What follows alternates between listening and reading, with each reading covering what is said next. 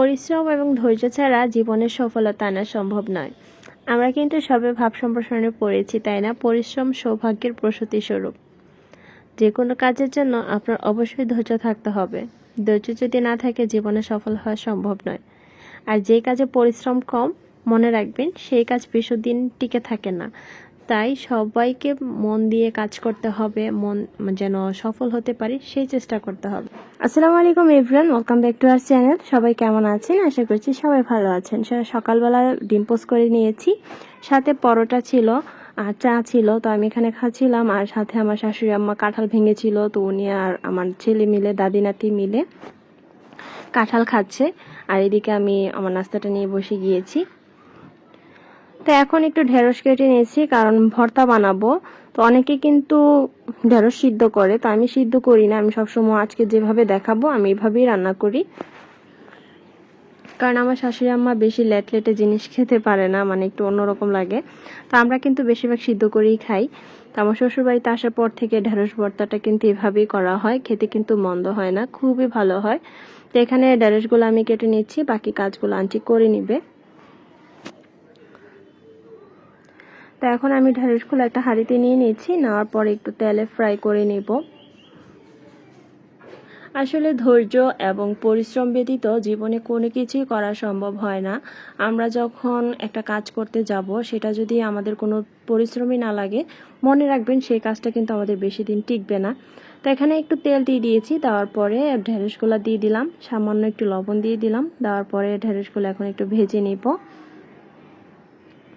তো এই তো ভাজার পরে ঠিক এরকমটা হবে, একটার সাথে কিন্তু একটা লেগে নেই। আর আজ আপনাদের সাথে আমি আমার যে নতুন হাঁড়ি পাতিলগুলো কিনেছিলাম সেগুলো একটু শেয়ার করব। তো এগুলোতে আজকে রান্না করব। তো দেখতে পাচ্ছেন খুবই আজকে খুবই আনন্দ, আর রান্না করতে খুবই ভালো লাগতেছিল, মনের ভিতরে একটা আনন্দ ফিল হচ্ছিল। তো আজকে নতুন হাঁড়ি পাতিলে রান্না করব। তা আসলে নতুন হাঁড়ি পাতিল বা নতুন জিনিস কার না ভালো লাগে? সবারই, জামা কাপড় বলেন, জুতো বলেন, কসমেটিক্স বলেন, সব কিছুই যারা নতুন কোনো কিছু ব্যবহার করতেই কিন্তু আনন্দ লাগে। তো অনেকদিন পরে জিনিসগুলো নামালাম, আর এই ছোট্ট কিট পাতিলটা খুবই সুন্দর, তাই না? আমার কাছে তো এটা খুব সুন্দর লাগতেছিল। তো এই পাতিলটা হচ্ছে আমার আগের সেটের পাতিল। তো দুইটা পাতিল নষ্ট হয়ে গিয়েছে। তা আসলে আমাদের চুলার ডিস্টার্বের কারণে পাতিল দুইটা নষ্ট হয়ে গিয়েছিল, এই জন্য আপনাদের ভাইয়াকে বলে আমি আবার আরেক সেট পাতিল অর্ডার দিয়েছি। তো আমার কাছে এগুলো খুব ভালো লাগে, সংসারের কোনো জিনিস জোড়ানো বা একটা কি নতুন কিছু করা আমার কাছে খুব ভালো লাগে। তো আপনাদের ভাইয়া বলতেছে এখনো তুমি এগুলা নামাও নাই, ব্যবহার করো নাই। তো আমি ভাবতেছিলাম নামালে যদি নষ্ট হয়ে যায়, সেই কারণে আসলে নামাতে ভয় পাচ্ছিলাম। তো উনি বলতেছে না, ঠিক আছে, তুমি সাবধানে ব্যবহার করো। আসলে এক হাতে জিনিস থাকলে ওটা সুন্দর থাকে। তো তুমি সুন্দর করে ব্যবহার করো। তো যে ভাবনা সেই কাজ, আমি নামিয়ে ফেলেছি। নামিয়ে আজকে এটার ভিতরে চিকেন রান্না করব। তো এই চিকেন ভিজিয়ে নিয়েছিলাম, নিয়ে ধুয়ে নিয়েছি। এখন লবণ হলুদ দিয়ে একটু ভেজে নেব। তো ফ্রাই প্যান ছিল, ফ্রাই প্যানটা নামাইনি, কারণ যেটা আছে এটা এখন চলে যাবে, পাতিলটা নতুন হলেই চলে। ফ্রাই প্যান আরও 3টা আছে, তো এগুলো পরে নামাবো। তো এখন একটু চিকেনগুলো ভেজে নিচ্ছি।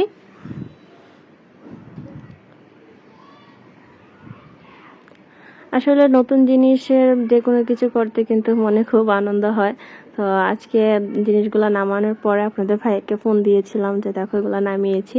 তো বলতেছে যে এতদিনের সময় হলো তোমার নামানোর, কারণ অনেকদিন আগে কিনে দিয়েছিল। তা আমাকে অনেকদিন ধরে বলতেছিল নামিয়ে ফেলো, নামিয়ে রান্না করো। তা আমি না রান্না করতে চাচ্ছিলাম না, সাজিয়ে রাখি নষ্ট না হয়ে যায়, এই কারণে। তো আজকে ফাইনালি নামিয়ে ফেললাম, উনিও খুব খুশি হয়েছে যে না ঠিক আছে, তুমি নামিয়েছো, রান্না করো, সাবধানে ইউজ করো, তাহলেই নষ্ট হবে না। তো এগুলোর সাথে তো এক্সট্রা জালি দিয়েছে, ওইগুলা দিয়ে এগুলা মাজতে হবে, কারণ এর আগে আমাদের বাসায় তার কাটা ওগুলা দিয়ে এগুলা নষ্ট করে ফেলেছে। তো ভাবলাম এবার হাঁড়ি পাতিলগুলো নিজেই সেভ করে রাখবো, অন্য কাউকে নষ্ট করতে দিব না, কারণ আন্টি থাকলে অনেক সময় তার কাটাটা ডলে নষ্ট করে ফেলে। তো এবার আন্টিকে বুঝিয়ে দিয়েছি যে যেটা আছে ওইটা দিয়ে মাজার চেষ্টা করবেন, কারণ ও তার কাটা দিয়ে মাজলে হয়তো কি এটা নষ্ট হয়ে যাবে, রংটা উঠে যাবে। তো আন্টি বলছে ঠিক আছে। তো আমি ওইখান থেকে তার কাটাটাও সরিয়ে ফেলবো, না হয় হঠাৎ একদিন এটা দিয়ে ডলে নষ্ট করে ফেলবে। তো এখানে চিকেন রান্নার জন্য আমি পেঁয়াজ, গরম মশলা একটু ভেজে নিয়েছি। তারপর এখানে রসুন বাটা দিচ্ছি, আদা বাটা দিচ্ছি, দিয়ে ভালো করে এখন মশলাটা কষিয়ে নেব।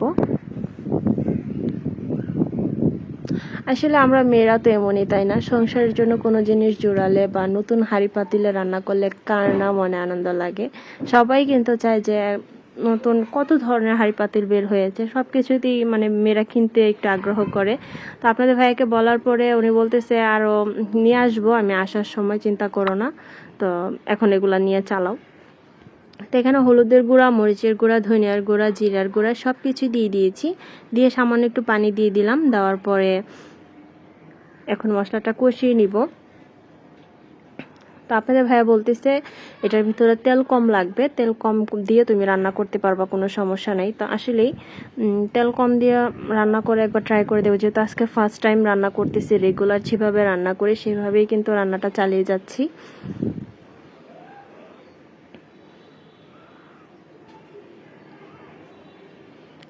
তো এখানে মশলাটা ভালো করে কষানোর পরে আলুগুলা দিয়ে দিব, কারণ আলুগুলা ফার্স্টে না দিলে মানে আলু সিদ্ধ হতে অনেক টাইম লাগে, কিন্তু মাংস গলে যায় সিদ্ধ হতে হতে। তো আজ ইদানিং আমি এই কাজটাই করতেছি, আলুগুলো আগে একটু কষিয়ে নিই, নেওয়ার পরে মুরগিটা দিই, না হয় মুরগি একদম গলে গলে যায়, এরকম অবস্থা আর কি। তো এখন একটু ঢেকে দিব। আর এই ছোট্ট কিউট পাতিলটা আজকে আমি একটু টক রান্না করব, যার কারণে এখানে পেঁয়াজ দিয়ে দিলাম আর তেল দিয়ে দিলাম, দিয়ে একটু ভেজে নেব। নেওয়ার পরে এখানে রসুন বাটা দিয়ে দিচ্ছি। তো রসুন বাটাটা দিয়ে আবার একটু পানি দিয়ে দিলাম। দেওয়ার পরে এখানে হলুদের গুঁড়া, মরিচের গুঁড়া আর ধনিয়ার গুঁড়া দিয়ে দিলাম, দিয়ে ভালো করে মশলাটা কষিয়ে নেব। তো এই পাতিলটা কি রান্না করব ভাবতে ভাবতে লবণ দিয়ে দিয়েছি, কিন্তু ভাবতে ভাবতে ভাবলাম যে না, একটু টক রান্না করে ফেলি। তো ছোটো মোটো আছে, আবার টক অল্প একটু রান্না করব, কারণ বাচ্চারা তো আর খাবে না। তো যার কারণে এটা তো আমার হয়ে যাবে। আর এদিকে তো চিকেনটা দিয়ে দিয়েছি, তারপরে এখন ভালো করে আবার কষিয়ে নিব, ঢেকে দিব এখন। তো এটার সাথে কিন্তু এটা ম্যাচ করে গিয়েছে, দুইটাই কিন্তু খয়েরি রঙের, তাই না?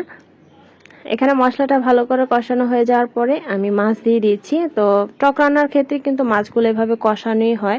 তো মাছগুলো আমি অনেক ভালো করে কষিয়ে নিচ্ছি, একদম মনে হবে ভাজা ভাজা এরকম। তো দেখতে পাচ্ছেন।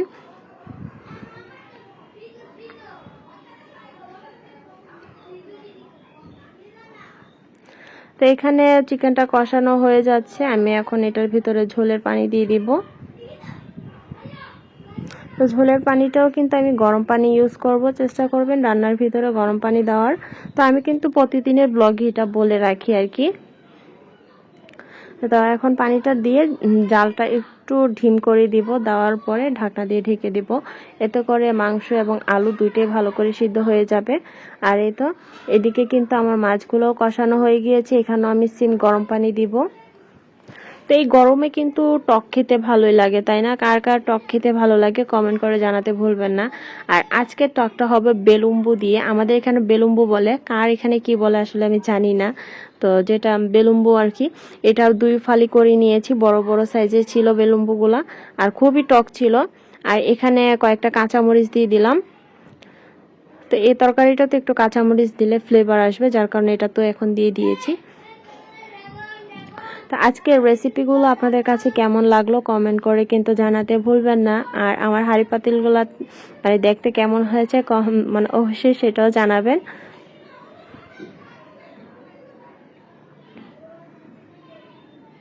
আর এখানে টক রান্না কিন্তু প্রায় হয়ে গিয়েছে, এখন ধনিয়া পাতা দিয়ে দিয়েছি। আর এখানে দেখতে পাচ্ছেন আমি জলপাই দিয়েছি। তো জলপাইগুলো সিদ্ধ করে ডিপে রাখা হয়েছিল, তো এখান থেকে কয়েকটা নামিয়ে দিয়েছি যেন অনেক বেশি টক হয় টকটা। তো এই তো দিয়ে দিলাম। তো আমার টক রান্না কমপ্লিট, মাংস রান্না হয়ে গিয়েছে। এখন রান্নার পরে আমার চুলার চারপাশটা একটু পরিষ্কার করতে হবে, কারণ তেল ছিটকে পড়েছে, যেহেতু ভাজাভাজি হয়েছিল। তো তেল টুল পরে একদম অবস্থা খারাপ হয়ে গিয়েছে। তো এগুলো এখন পরিষ্কার করে নিচ্ছি।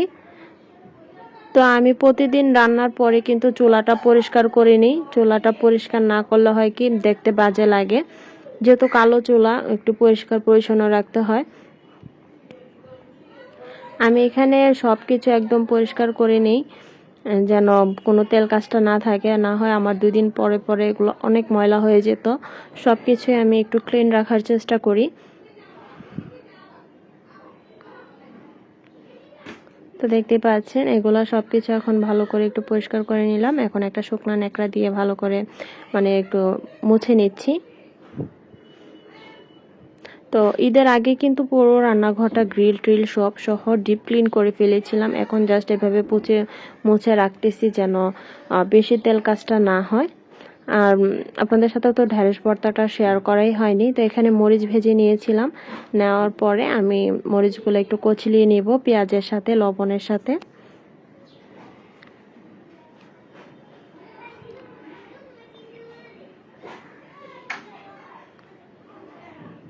এখন একটু লবণ দিয়ে দিলাম পরিমাণ মতো। তো দেওয়ার পরে আমি এখন ভালো করে কচলিয়ে নিচ্ছি।